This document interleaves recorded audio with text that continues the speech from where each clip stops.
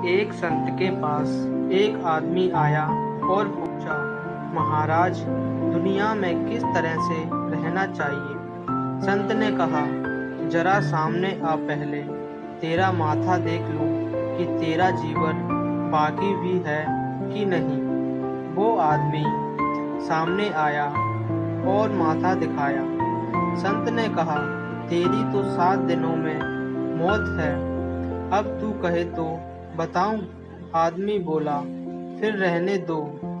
वो भागता हुआ गया और वो बहुत चिंतित हो गया। सबसे पहले उसने उन लोगों से माफ़ी मांगी जिनको उसने भला बुरा कहा था। फिर जिन लोगों से झगड़ा किया था, बेईमानी की थी, उनसे भी जाकर माफ़ी मांगी। घर जाकर बच्चों का हक दे दिया। उसकी पत्नी को पत्नी का हक दे दिया। उसने पत्नी से कहा कि मेरी यात्रा का मोड़ मुड़ रहा है। हे भगवान, मैं भगवान का सहारा ले रहा हूँ। अगर हो सके तो तू भी भगवान का सहारा ले लेना।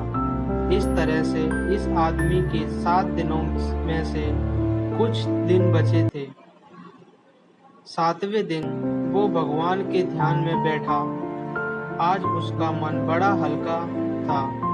फिर उसे याद आया कि एक बार संत से जाकर पूछ लूं कि कैसे जीना है।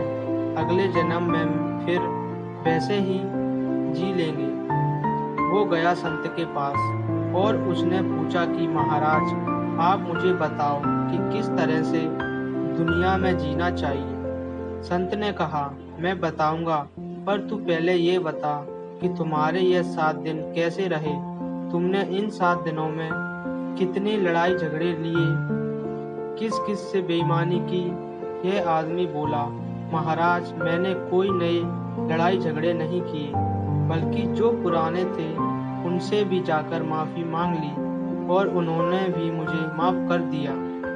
संत ने फिर पूछा, अच्छा, तो अब मुझे ये बताओ कि तुमने इन 7 दिनों में भगवान को याद किया कि नहीं। आदमी बोला, महाराज, सिर्फ भगवान ही याद रहे, क्योंकि मौत सामने थी। संत ने कहा, तो फिर जा, बाकी की जिंदगी भी ऐसे ही बिता। ये बोला, पर आपने तो हमारा माता देखा था, 7वें दिन मौत बताई थी। संत ने कहा, मौत तो इन 7 दिनों में ही है। सोमवार नहीं तो मंगल नहीं तो रविवार, यही 7 दिन में इनमें ही आदमी जन्म लेता है और इन्हीं 7 दिनों में मरता है। तुझे जरा घुमा के समझाया है, वरना आदमी समझता कहाँ है।